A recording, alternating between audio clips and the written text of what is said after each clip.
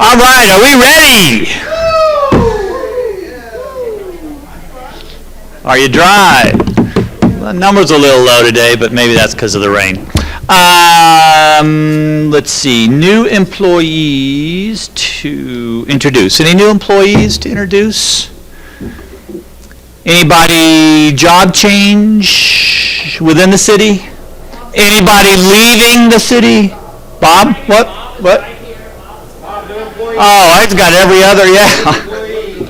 What is it this week? Today.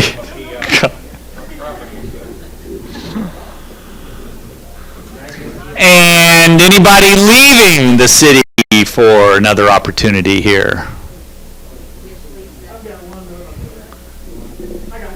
Do they know it yet? Oh, okay.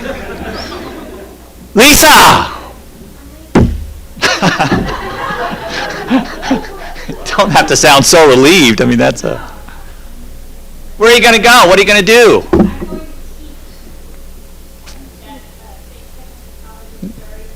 Great. Good. Exciting.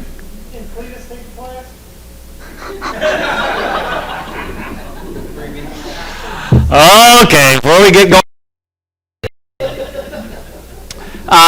Sonny, you going to do a presentation update on the deferred compensation? Somebody's going to do one? Yeah.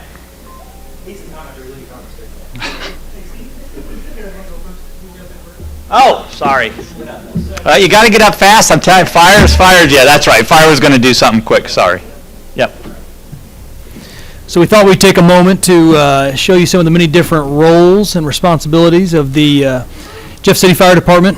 As a modern, progressive fire department, we strive to keep pace with all the hazards in a very changing and dangerous world. So, in doing that, I'm going to introduce Greg Heckemeyer. He is kind of our MC for this event, and he has a script that's going to go very quick. We're trying to keep it short and sweet. Greg, go ahead. All right, hello. Let me showcase some of the many hats that we wear on the Jefferson City Fire Department. Our first firefighter that we're going to see is Lisa, but we're not going to fight fire.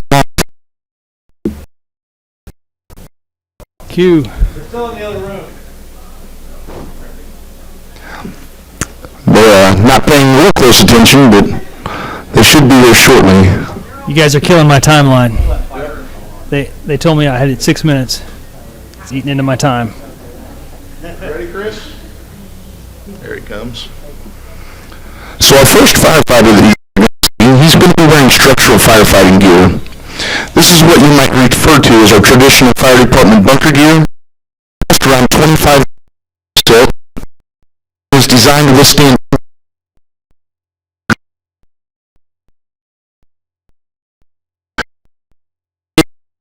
all of this gear on in under 60 seconds. Still working on that. Being fully dressed in all of our gear and all of our firefighting tools that we usually carry in, there's about an extra 100 pounds firefighter.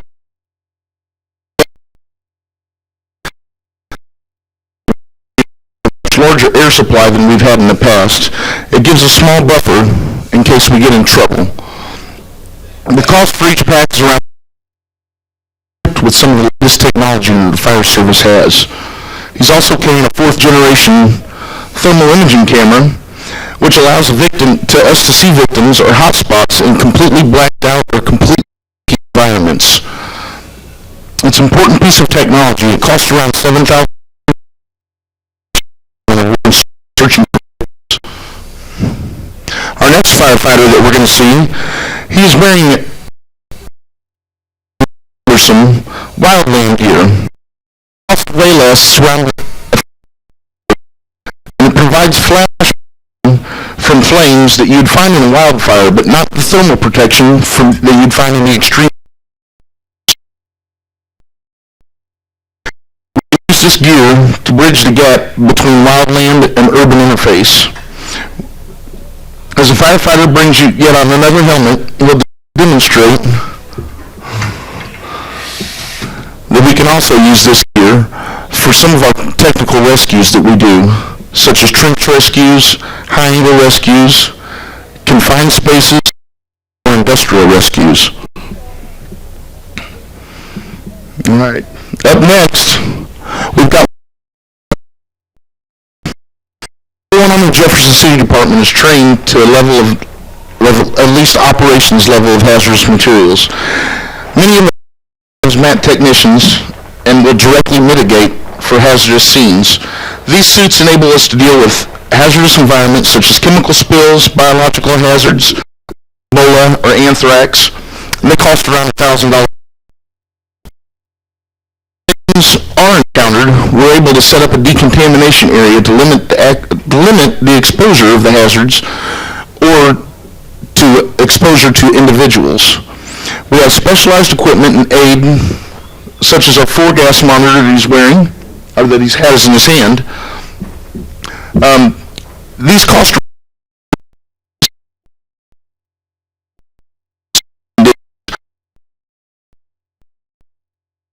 such as carbon monoxide or flammable gases. Our next guy that we've got is on the Jefferson City Fire Department for water rescue. The Jefferson City Fire Department is responsible for rapid response to water rescue situations. There's several major waterways in this area, including lakes and ponds, and people cannot get to one of these. Our firefighters have on our new rescue vests. They cost around $300.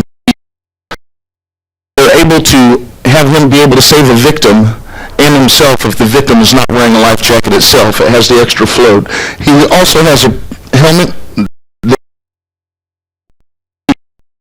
and has greater mobility. There's several other devices we use, such as the throw bags, and that's the floating rope that you can use to get a victim out of the water without actually enter the water. We also have other flotation devices that we'll use to be able to hold a victim up until we can get to them. The suit that he is holding up right now is a cold water immersion suit. We call it a Gumby suit because whenever we put it on, you kind of look like Gumby. They allow us to get into ice-covered or extremely cold waters for extended periods of time. But we still need like dry suits that will provide protection from cool and water and air temperatures that causes the wearer to become hypothermic or further expose contaminants such as in these floodwaters. Another one of our duties is fire code enforcement. We are directly involved with the plan reviews for new commercial construction or renovations to ensure that the buildings are constructed to the correct levels of safety for the businesses and the public. We now have the ability technology that assists us each day, because each of our trucks are equipped with an iPad that we can rapidly look up codes and do paperless inspections. And a big thank you out to the IT department and the GIS department that work for us. We have about 1,800 inspections annually for all of the businesses in the city. This ensures that existing businesses stay compliant with our fire codes. We also do many public education events to help educate people on fire safety. One of our greatest tools in the fire service prevention is prevention through education. With safer building codes and more education, hopefully we can save more lives. We also have a child safety seat program. The public can stop into any of our fire stations or one of our public safety events and ensure that they have safe restraint systems in their vehicles and that they are properly installed. Now, we have 60% medical calls. Every firefighter on the Jefferson City Department is trained to the emergency medical technician level. We serve as a first responder to our citizens. We have 5 stations that are strategically built around the city to have a rapid response times for critical moments that we are needed. We respond to a large variety of medical situations, from falls to delivering babies. Each of our trucks is equipped with an AED. They run about $1,800. But we can rapidly arrive on a scene where a person is having cardiac issues, and in those precious minutes, there are critical factors in life or death. We have safety equipment that we use to help us isolate ourselves from contaminants, such as gloves, eye protection, and gowns, and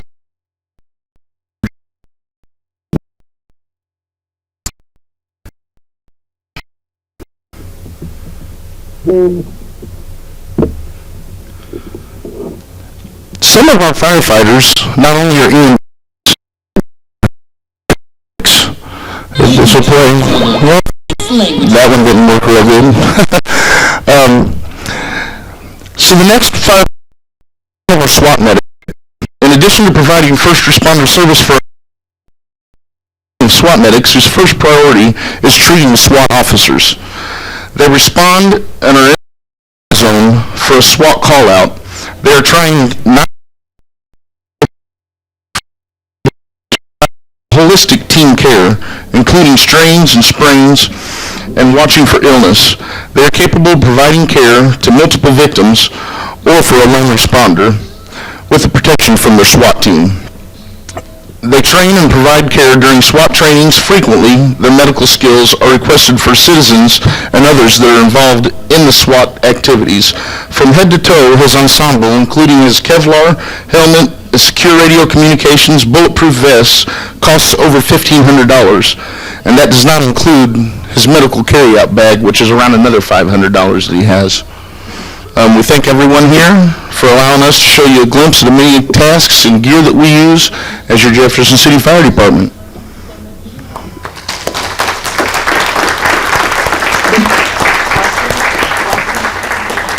Yes. Any questions?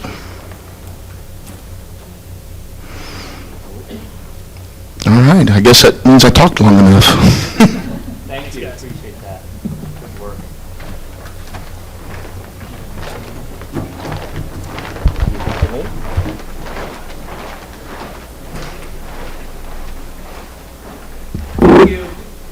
We have a PowerPoint here. It's 3 slides. I was told by 3 different people to be quick.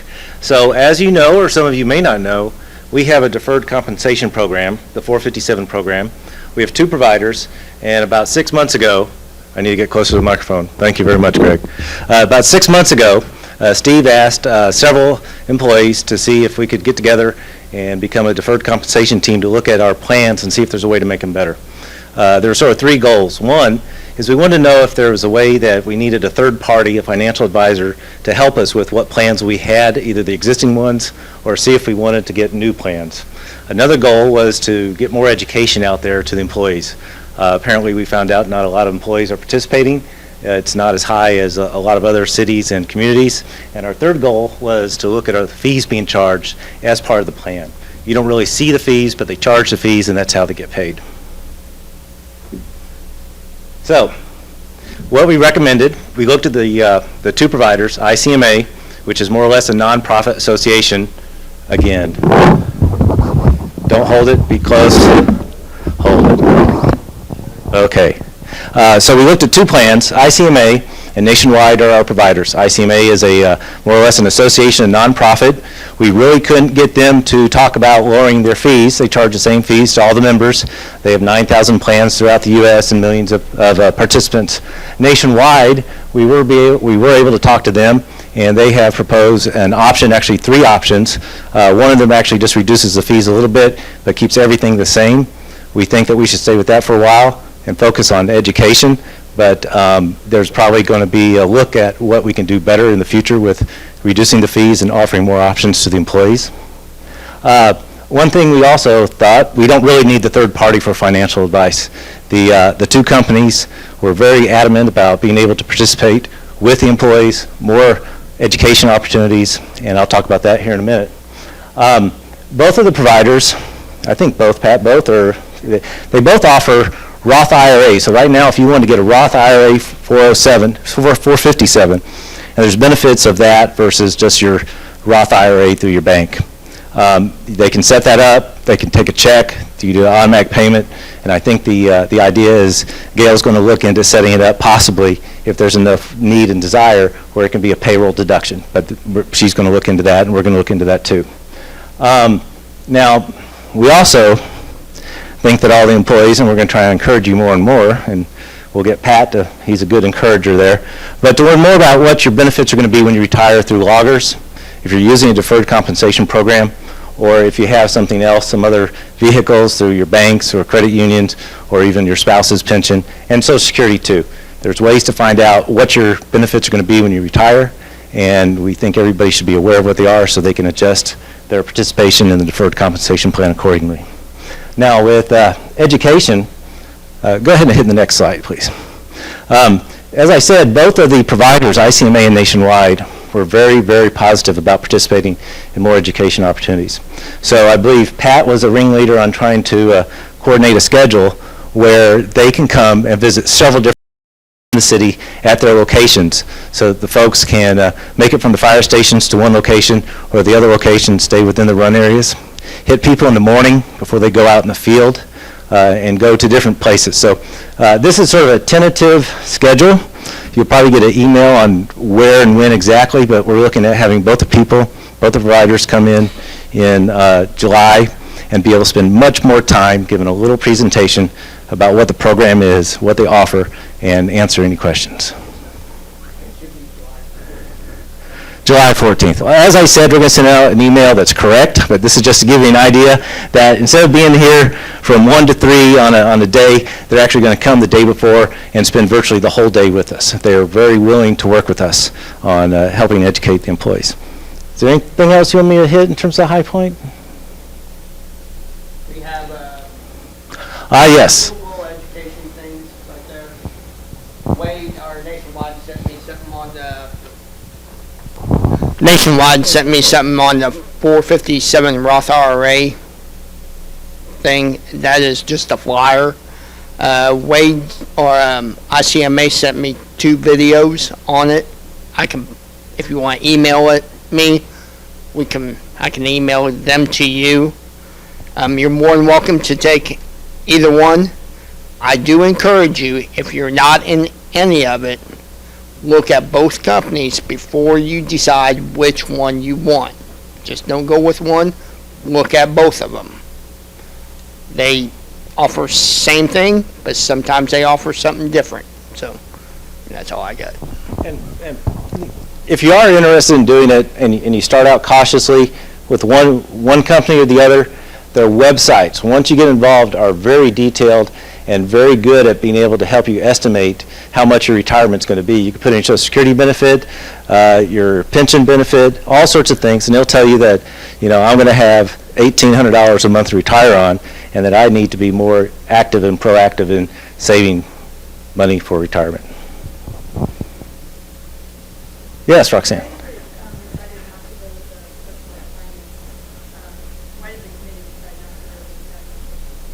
Well, right now we didn't think we needed them. we met with them, we met with Nationwide and ICMA several times. A personal finance advisor, what they could do is they could look at all these different plans, including the ones we have, perhaps bundle up what funds they want to offer to us, but it possibly added a sort of a middleman, an additional fee and a cost. And we may not get any more benefit from it in doing that.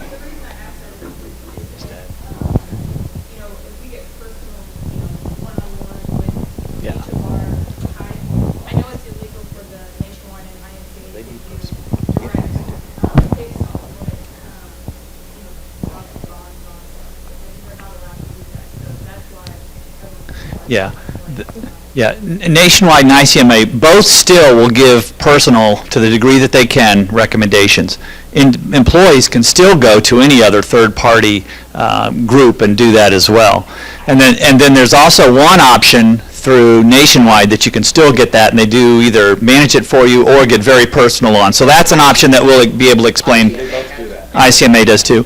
The third-party piece for this particular recommendation was to have a third party look at whether there's other big plans, not individual, but big plans. You want to go to Voya or One America or Nationwide or something like that. So it was limited to the big plan, and I think the committee felt that they wanted to try to get some of these, particularly at Nationwide, try to get some of that worked out, and then certainly look at that a little bit later. But it didn't deal with the personal piece. You still have that option. Yes. One thing we also wanted to do is really get the amount of people participating and the dollar amounts higher in the funds and the plans that we have, and that would actually give us more leveraging power in negotiating with them. I mean, right now, I think it's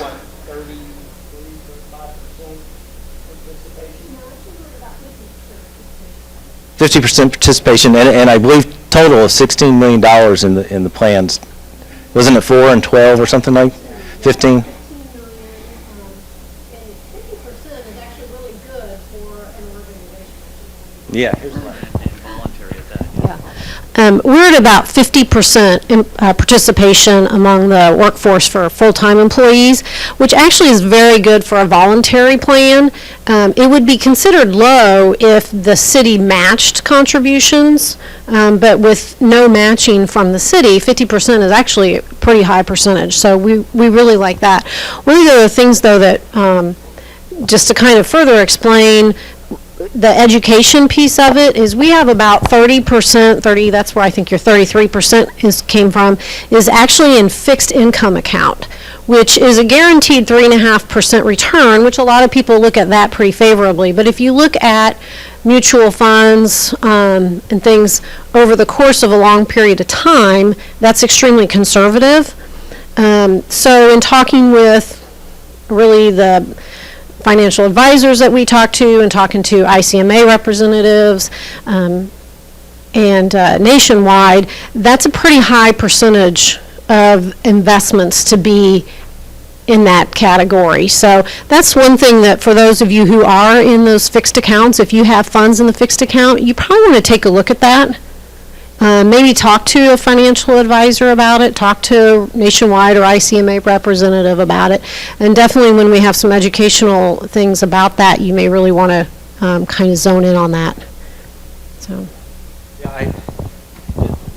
Regarding that fixed rate, I believe they mentioned to us that that's supposed to be more of a holding place when you're about ready to do something, like if you're going to retire in 6 months or a year, you may want to put some of your funds in that as opposed to something more risky. I think that's one point they made too. It's not designed for, I want to put everything in there for the next 20 years because the stock market, everybody knows, it's statistically proven, it's going to outperform.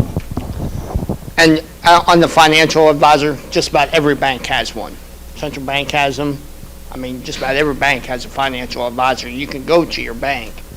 On the times on this up here, the Ellis Boulevard, our Parks Maintenance, Transit, and Wastewater Collections, they are pretty well set. But the police department, we're going to put them over there first time. The next month will probably come to City Hall. The next time they will go over to Parks, the annex over there. We're going to shift them around the City Hall campus. But on the first three, that is pretty well set where they're going to be.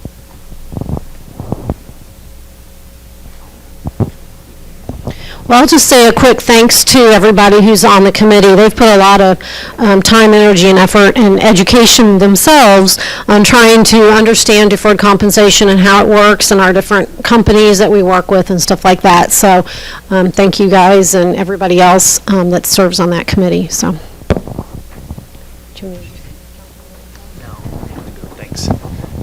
So yes, I also want to thank everybody that participated on that committee, and it's one of those where it started off with a simple question and turned into a bigger area of interest, and then the committee also said that they want to continue to meet periodically and work on whatever deferred compensation issues may come up. For example, also make some recommendations to the two firms about different kinds of training. Not only, hey, go do some training, but have input on the specific kinds of training. So who all here was on that committee? I know you are the only three that are here that... Oh, yeah, Cindy's there. Okay. So, yeah, I appreciate all that work. We've got a couple of other employee committees working on some different issues, and we'll be getting updates on those as well. One of which I wanted to mention very quickly was the Zero-Based Budget Committee, which sounds very exciting. But some employees were able to work on a budget, and police volunteered animal control, and so this employee group of different employees,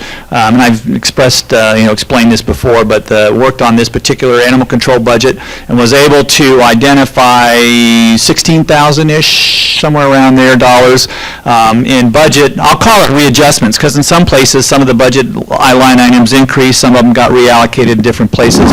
But that was a great exercise in being able to identify some additional resources that get used within the organization, and I applaud, certainly police for volunteering, animal control, and all the employees that took time to do that. We're working on getting another, probably a division of another department to work on a zero-based function, so we'll get that one up and coming. Departmental updates from me have just been really working on budget. I gave the budget to the mayor yesterday, I think it was. So she's got her budget, and she will be doing her thing, and we'll be working with the city council on going through that fun process, which will take several months. And I try to give decisions as the council's making those, but sometimes by the time I send it out, it's changed the next day, but I'll still try and do that like I did last year. I also wanted to mention that at the July 1st Administration Committee meeting, I think it's July 1st, we'll be submitting to that committee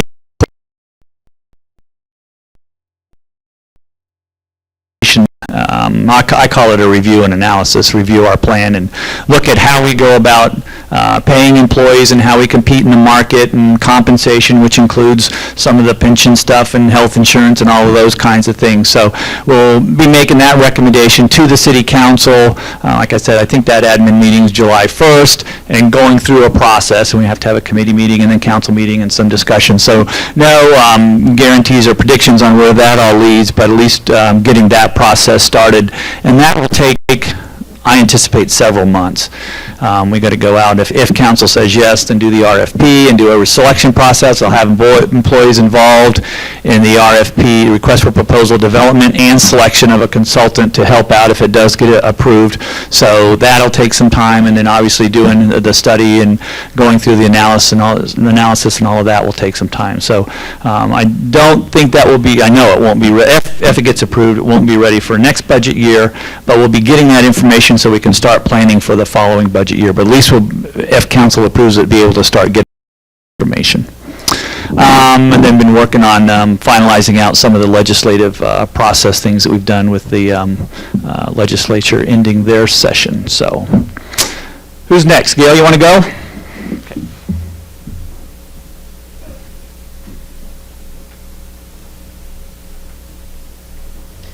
The difference here. Okay, just continuing a little bit on the committee discussions. We sent out an email, maybe a month or so ago, about volunteers for a health insurance committee. We received a lot of interest in that, so Steve and I are kind of working on selecting probably 8 to 10 people out of those volunteers to put that committee together, and we'll be scheduling something probably in the next month or so. So thank you to everybody who did volunteer their time for that. Drew wanted to know if he could give shot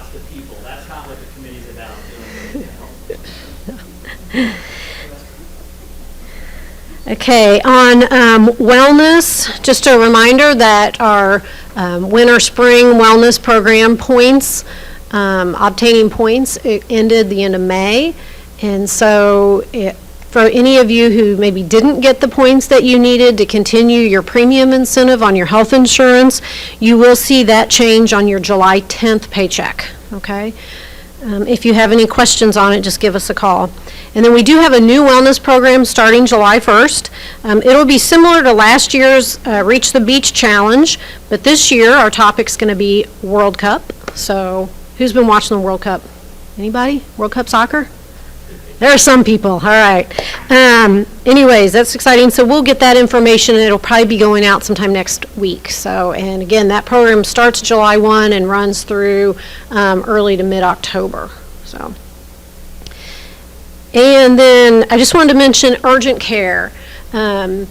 I know we've talked a lot, the informational meetings when United Healthcare came around to all the city departments last fall, talked a lot about urgent care and how that relates to the different health insurance plans. But we continue to get questions and kind of issues arise with the 2 urgent care centers in town. So I just wanted to, I'm going to briefly mention a little bit about that. But Capital Region bills as an office visit, as a doctor's office visit, okay? So if you're in the traditional plan, that's a really great thing because then you pay a lower copay. If you are in the FlexPoint plan where you get 4 office visit copays before you then go to your deductible, that's not such a great thing for you maybe. So, we have employees that will go to urgent care expecting to pay the urgent care copay, and they pay the doctor's office copay, which is great at the time, but that does take one of their 4 visits. So if you have the FlexPoint plan, please remember that. We also, I will tell you, have had a problem with the Navigate plan. Now, we've only had one person have this problem, so if anybody else has had the problem, please let me know. But we did have one employee who went to urgent care on a Saturday, because obviously doctor's office was closed, and they're in the Navigate plan, which is kind of your HMO plan. And it was not, initially was ruled not a covered service because they didn't have a referral, because Capital Region billed it as an office visit. So we were able to get that taken care of for that employee, but if anybody else has had that problem, please let us know, and we are working with United Healthcare on that. So to that end, we have asked United Healthcare representative to come and talk to the employees. So on Tuesday, July 7th, they are going to be here in this room at 2 p.m. in the afternoon, and they're going to just address how the urgent care centers in Jefferson City work in relation to each of the different health insurance plans. So I would really encourage you guys, if you have any questions or concerns, or you're just really not sure how it's going to relate to your plan, to please consider coming in and being here. Again, that is Tuesday, July 7th at 2 p.m. That's a Tuesday, so. That's all I have, unless anybody else has any questions or anything I can answer. Thank you.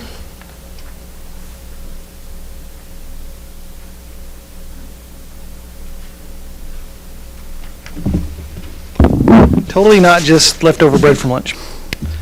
Jana in court has announced her retirement, so I didn't want to ruin my thing by mentioning that earlier. She's going to go August 1st. So unfortunately, that means that finance is going to get parking tickets back. No, I'm just kidding. Here you go. No, but she's a great employee, been here over 10 years, works just ridiculously fast, and clearly violates the FLSA by coming in early, not clocking in. Barb, if you all know, you met my associate, Brian. He's up in court right now, having a hearing against Barb Bisher, so we're actually having a hearing today to find out what the damages are. So we sued her because of all the tax liens that she hasn't paid. You can get another one, Cletus. Anyway, so the hearing is on that today, so that's kind of exciting. We'll see what happens. However, Mrs. Bisher did file a request to continue the case today, and get another shot at the apple, which courts generally do allow. Does anybody remember how much we sued her for? $50,000, you said it. You want some butter? All right. You want some butter? All right. When he gets one that doesn't fall on the ground? Okay, I know we're supposed to go fast. Uber's going to come up again. I think I talked about that before. The Public Works has asked for another kind of go-around about our taxi cab service. Question, in Jeff City, you can only have a taxi cab service if you show there's a demand for it that's not already being met, and that kind of excludes the Uber-style stuff. But council wants to kind of look at that because there's issues about whether it's a good thing for a free market or not to limit business. We worked with Janice's folks in the Popo. I'll toss some piece of bread for being called the Popo. Oh, I'm either crappy or you guys can't catch. Oh man, I lost it. To do a big inspection of Marshall Street, so a big building that had a lot of code violations. Got some complaints, went in there. People in some serious, and fire, I'm sorry. You guys were very critical on that. Sorry about that. With all their cool gear, by the way. And they actually were the reason we ended up, they had the most life safety issues, a lot of bad wiring and fire alarms. And then it kind of, you got your each side and it goes into a big deck, or as they call it, kindling. So if the stuff starts firing. So anyway, they're effectuating those repairs happily. I'll take credit. If you guys just think we sit around in those department directory meetings and just talk about birthday parties and stuff, not always true. Chief Schofield had brought up once that everybody in Ferguson, LA city officials in Ferguson, got their identity stolen, and so Gail and Bill did some looking into that stuff, and I got to make the email, so I get to take credit for it. Woo! We added a new service for all you full-time employees. We've got credit insurance, so if your identity gets stolen, okay, I'm hurry up. If your identity gets stolen, we have $25,000 worth of coverage, and they also have some professionals that you all can call and talk to get advice on how to handle it. So that's all very good. And Greg's actually going to talk to you a little about credit freezing, which I did. And finally, we're trying to put some final touches on a contract for the CCP, which is that new group that took over R. Donnelly and is, you look hungry, and is going to have some new employees. Does anybody remember what they make, generally? Is that right? Plastics, yeah, that's what I was thinking. Oh. Two more You still hungry, Cletus?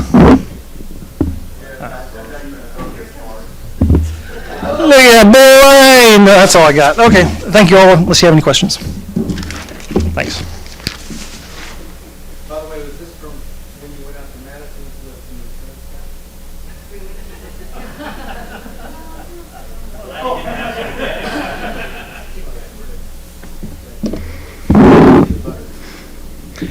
So like Drew said, I'm going to get up here and talk about a credit freeze a little bit, but we're going to start off with something else. We're going to talk about some major security hacks that have gone on in the last year and a half. I mean, you guys have recognized quite a few of them. The one with Anthem, that's the one that kind of led me down the road of freezing my credit. My information was hacked as far back as 2002 with the Major League Baseball retirement system. So I've been having to watch my credit for a long time. The U.S. Office of Personnel Management, basically the HR for the federal government, about 4 million records got stolen from there just the other day, and very sensitive data too. If you've ever had an FBI background check to get your top secret security clearance or anything like that, all the information that the FBI gathered, all of it's in there. I mean, and that's not going to be a financial hack. That's going to be, they're going to try to use that against people, twisting their arms to do things that they don't really want to do, to basically conceal that stuff. That last one just happened, the other day? The Houston Astros got hacked. They got the guy on camera, Fred Bird. Yeah, Fred Bird, they caught him. And this leads us kind of... changing your password is not getting hacked. All right, that's stupidity. But it is. I mean, you would be surprised at how many people use their same password at every website they ever go to. And if somebody gets one password, they have the keys to the kingdom no matter what you're logging on to. So just changing your personal passwords on a regular basis is one of those things that we should all be aware of. The other thing that you all can do to help the IT department, anytime you see anything funny, not, that your computer's not working right, hey, let us know right away. You click on a link and, oops, didn't know it would go there, let us know right away. Right after the Ferguson deal, we were at the Digital Government Summit yesterday over at the state, and we got to hear about all these major hacks all over the place. And unbeknownst to many, is one of the most major attacks was the state government, state of Missouri. Huge, they called it a spirit phishing attack, and they were well prepared for it. Lisa's going to also talk about a few, that other microphone's back there if you want to grab it. She's going to talk about a few things. Maybe watch your links in your email. Somebody ever calls you from a credit card company or bank, don't talk to them. Tell them you'll call, get the number off, tell them I'll call you right back. Get the number off the back of your card and call them back and find out, hey, is this for real? But Lisa, go ahead and. So something I just wanted to talk about really quick was something that we've been hit with here at the city. It's called ransomware, CryptoLocker. I know you all have been affected by it because the network drives have been down while we restore from backup. So the way that works is it exploits backdoors into your computer. So those coupon printers that you install on your machine, that allows bad people into your computer. So when you're clicking on a link that is a valid link, it actually is letting people exploit those coupon printers and those little extra things that are pretty harmless. I mean, they are harmless unless the bad guys get a hold of them. So just be aware. Your home computers, put virus protection on your home computers. Okay, guys? I know $35-$60 a year seems like a lot, but it will protect your data. So from 2005 to 2015, there's been over 5,000 hacks to various computer systems all over the United States, to the tune of 750 million bits of information about you. If you don't think you're in a hacked database somewhere, I got news for you. It's only a matter of time. It's not if you're going to get hacked, it's when you're going to get hacked.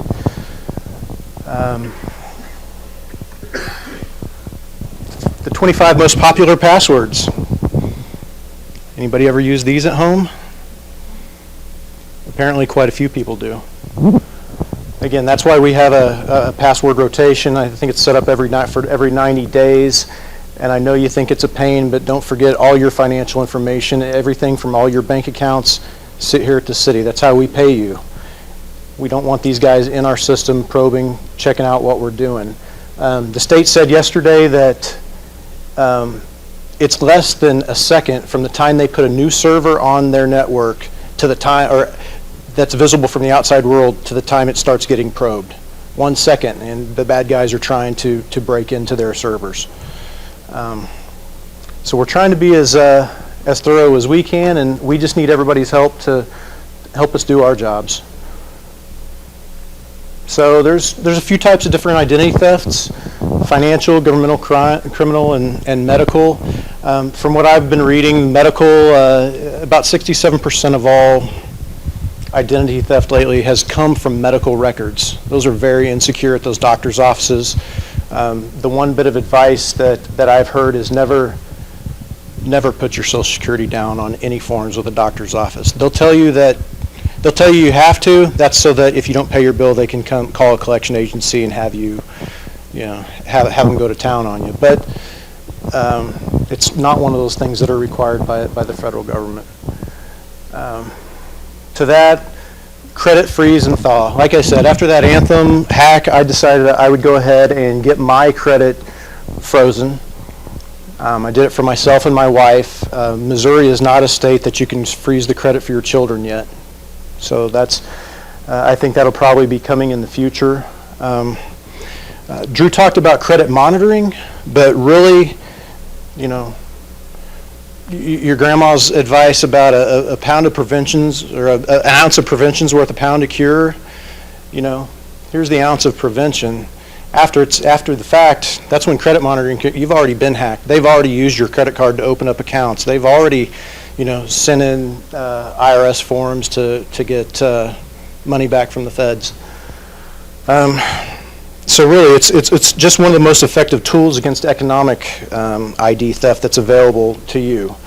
Here in the state of Missouri, it costs $5 per credit union, and the 3 credit unions are Equifax, Experian, and TransUnion. So for $15 for myself, $15 for my wife, that's worth a whole lot of my time later on trying to clean it up.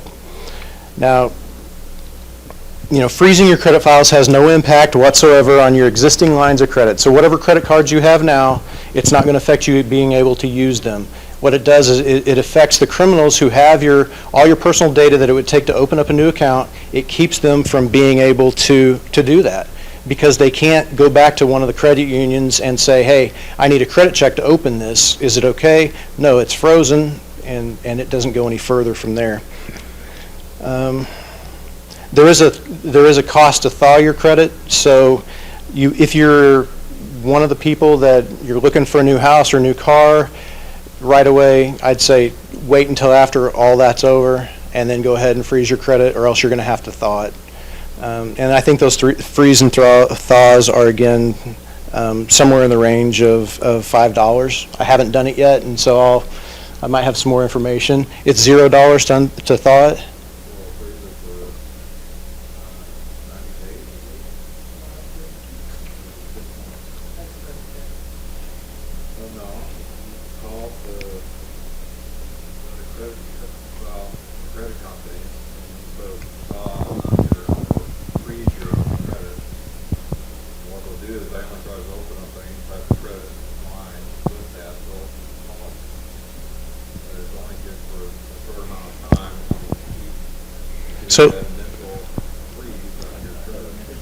Okay. So Larry's comment was basically you can temporarily thaw your credit, and for a short period of time.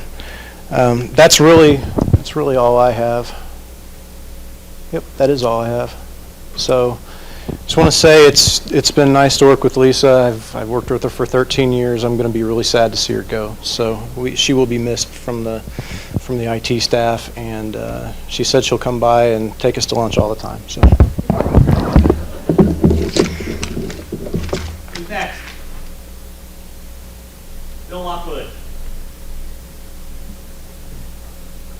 Janice and Matt. I don't have a whole lot. I hope you're not planning to go swimming, golfing, play ball, or hike much, because we're underwater everywhere. But if you can bring out a weed whip, we can use some help. Obviously, the weather's played havoc with everything we do this time of the year, so we're busy rescheduling. If you have kids in programs or yourselves, we do have a variety of ways to notify you of cancellation and changes. I'm going to try to work through it and make up all the cancellations we've been faced, but obviously toward the end of the summer when people are on vacations, it gets down to the point we can't always do that. We had a ribbon cutting last week on West Edgewood, open up the new old bridge, the one that used to be behind the Truman Building. It leads from the Greenway out there over to a 26-acre nature area with about 3 miles of hiking trails across the creek. If you haven't been out there to take advantage of that or see it, it's wide open now, so we encourage you to do that. The other comment that I have is just a little brief update on our multi-purpose building. It's a big project we're continuing to work on. Architect is beginning to do some of the preliminary construction drawings, but we're still refining cost estimates on the building. And we're still working on operating agreements on how we're going to share expenses, revenues, and so forth with Lincoln University for the budget side of things. We're probably a little bit behind schedule on where we'd hoped to be. Right now we had planned to try to open in August of 2016. That's getting a little bit iffy at this point, but still a goal that we might make if everything goes well from here on out. But be happy to answer any questions if any of you have any about any of that. Okay, thank you.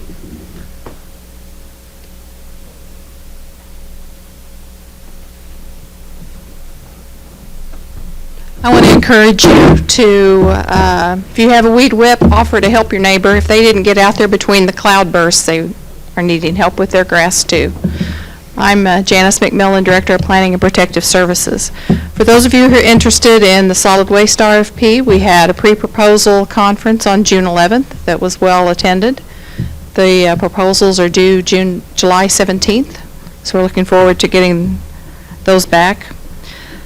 Would like to encourage you also to go to the city's website and look at the building division through the capable assistance of the IT division. There's an app out there that shows all the active building permits. If you have a neighbor or happen to drive by a location and you want to know if that location has a building permit, you can find the answer to that question on that webpage. Also, do you ever wonder how city projects are selected for funding? Well, you have an opportunity to participate in that. Next week from today, we're having 2 open houses. One, to get comments and participation on a bike pedestrian plan that'll be held across the hall in the large conference room from 3:30 to 6. And in our Community Development Block Grant Program, which funds projects in low to moderate income neighborhoods and to benefit low and moderate income individuals, we'll have an open house to have participation in funding priorities and budgeting in the council chamber from 3:30 to 6. So I'll invite you all to participate in that. You can also go to the web pages and participate in those online surveys. Thanks.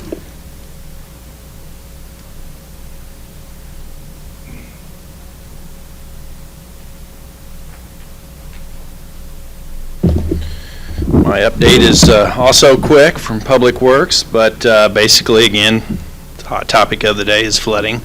Right now, really, Jefferson City's not in too bad a shape at 27 feet, roughly, is the flood level, or starting to go down now.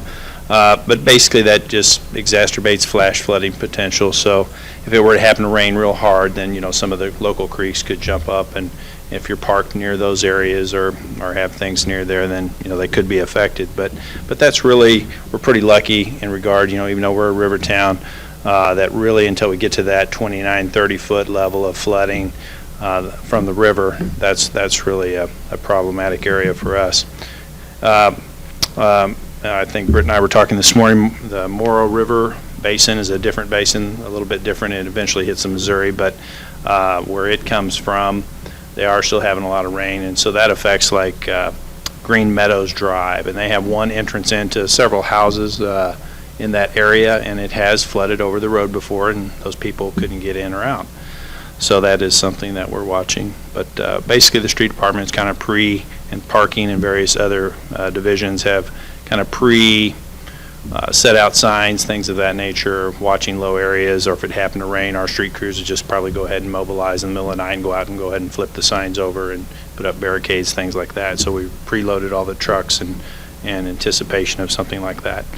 The ground's saturated, so right now, really, I think one of Britt's neighbors had a big tree. You know, we'll have trees start to fall down that are maybe poorly rooted or in decline. Their roots just aren't holding well. It's so saturated. And it doesn't even take hardly much wind, and these trees can go down. So, you know, you will probably start seeing little things like that pop up.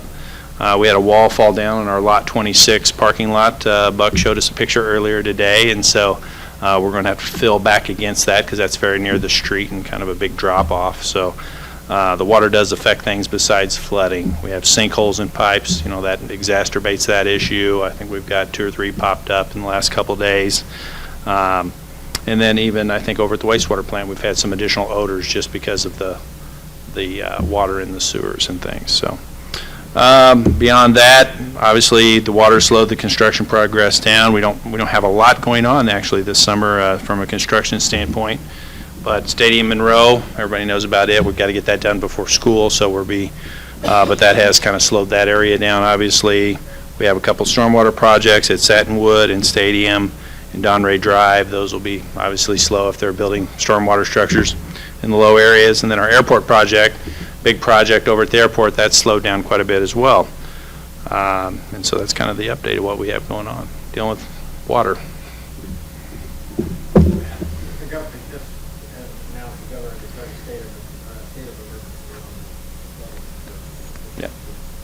And, that's, the news media starts calling, myself or Britt or maybe Steve or whoever, or maybe some of you guys. But again, Jefferson City, we have a flood action plan. I didn't bring it. Yeah, I did. It's not too long. We started this in '08. And because, and I was fairly new here at the city in '08, maybe 6, 7 years here. And we would get, as people cycle through, quit, start, stop jobs, there's always a tendency, what do we do? So we said, we just need to write all this stuff down. GIS helped us to develop some maps based on elevations of the river. And over time, we've refined those at least 3 times now. And we've noticed some other little things we'll be refining in them. But that way, if somebody wants to know, and it's out on the web, even the GIS map products out there as well that you can click on if the river elevation is this and kind of look at the stream near your house. And so that's really helpful just to me, just to even remind me, even though I've been through it several times, it's always, which road is that again, or what low spot should we be looking at that river level. And it's, it's a little more to it than that, but yeah, it's very helpful, and so we refer to that a lot, so really. I have to answer any questions. Thanks. We were going to try to make this within an hour, but we able to do that. We had originally, the police department, going to do an active shooter presentation and then tweak that a little bit. Active shooter basically means when we get to the scene, it's not resolved. You have some gunman that's been shooting little things, and we wanted to tweak it into a workplace violence presentation, but given we want to abbreviate these sessions, maybe in the future we can do that, along with a couple of other things. So just real briefly, in terms of crime, crime's up just slightly, but it's nothing to be alarmed about. We have had a reduction in crime for a couple of years, and it's just natural that it's going to kind of go back up as it kind of goes to and fro, up and down. The point is, pretty plateaued. We don't have a great increase in crime or a great decrease.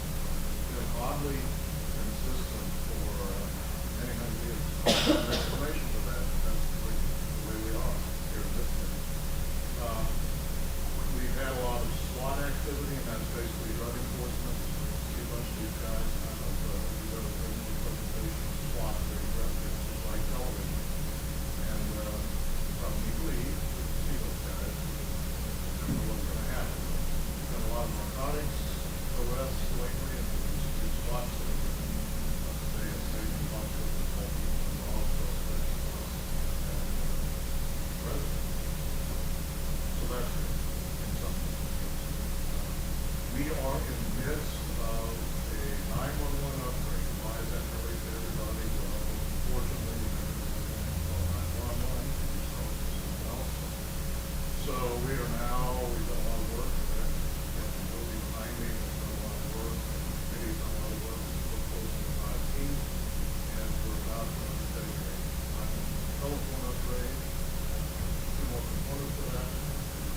Radio upgrade, and then a recording system upgrade. So that's really important to the community.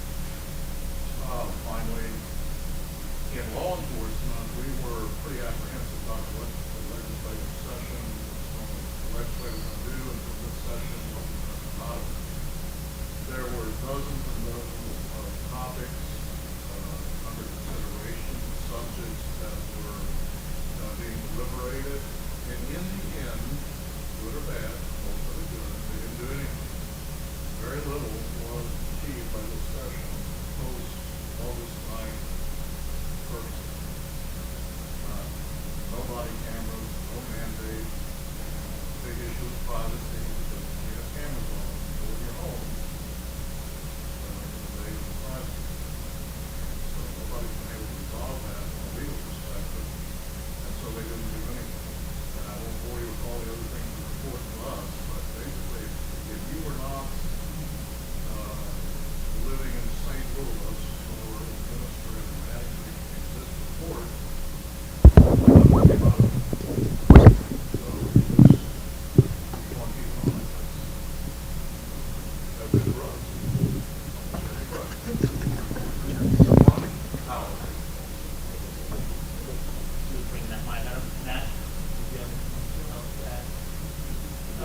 My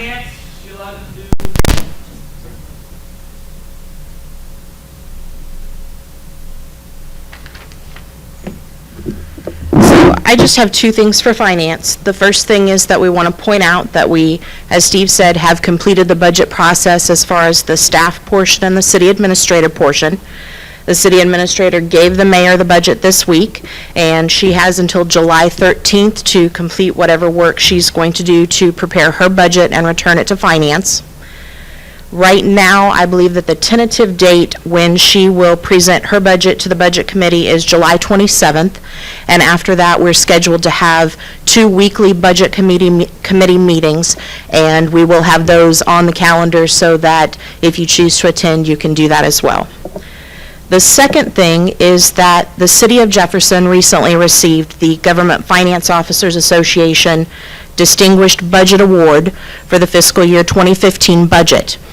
And this is a separate program from the CAFR program that we also participate in. And it's a significant accomplishment for the city because it reflects the commitment of the council and staff to meet the highest principles of governmental budgeting. And in doing that, they satisfy nationally recognized guidelines for effective budget presentation. And to put the accomplishment into perspective, according to the National League of Cities, there are 19,492 municipal governments in the United States. And in 2014, only 828 municipalities were recognized with the Distinguished Budget Award. So that's a really small percentage, and it does require a lot of work to be put forth from all departments, not just from finance. And so we wanted to thank the staff from all city departments for the work they put into it, their cooperation, and their patience with us as we gathered all of the necessary information to complete that budget document. And I want to commend the finance department because that staff made this a top priority project on top of all of the other things that they do for the days. And they received that award on the first attempt, which is also fairly uncommon. So that's what I have today.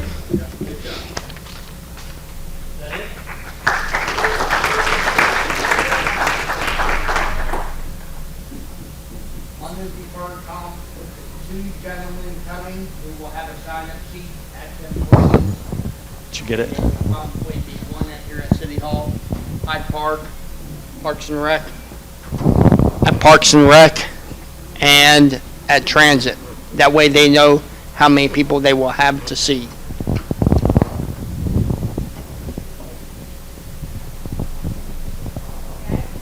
I have one last thing. The new city website will be going live this summer, okay?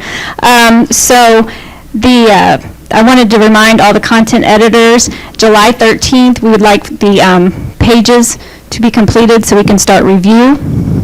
And July 27th will be go live for that new city website. So, and I wanted to remind anyone who's having business cards made or banners made or anything like that, our domain is changing to jeffersoncityknow.gov. So, and that is active now, it redirects now, so you can start printing that now, so.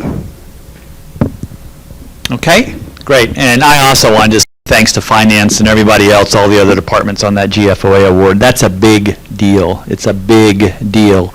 And as Sheila said, particularly the first year, going through that process. I know finance, particularly Joan, had a lot of fun doing that, and we'll see what happens for the second year. So I appreciate all the work and congratulate everybody and all the other departments on all the work too, because I know it was a lot of work.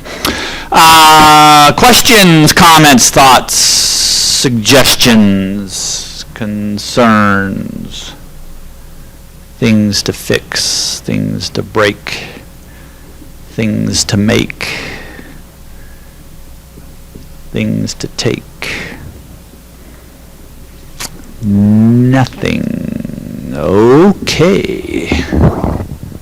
Why don't we let Lisa pick as one of the last official acts?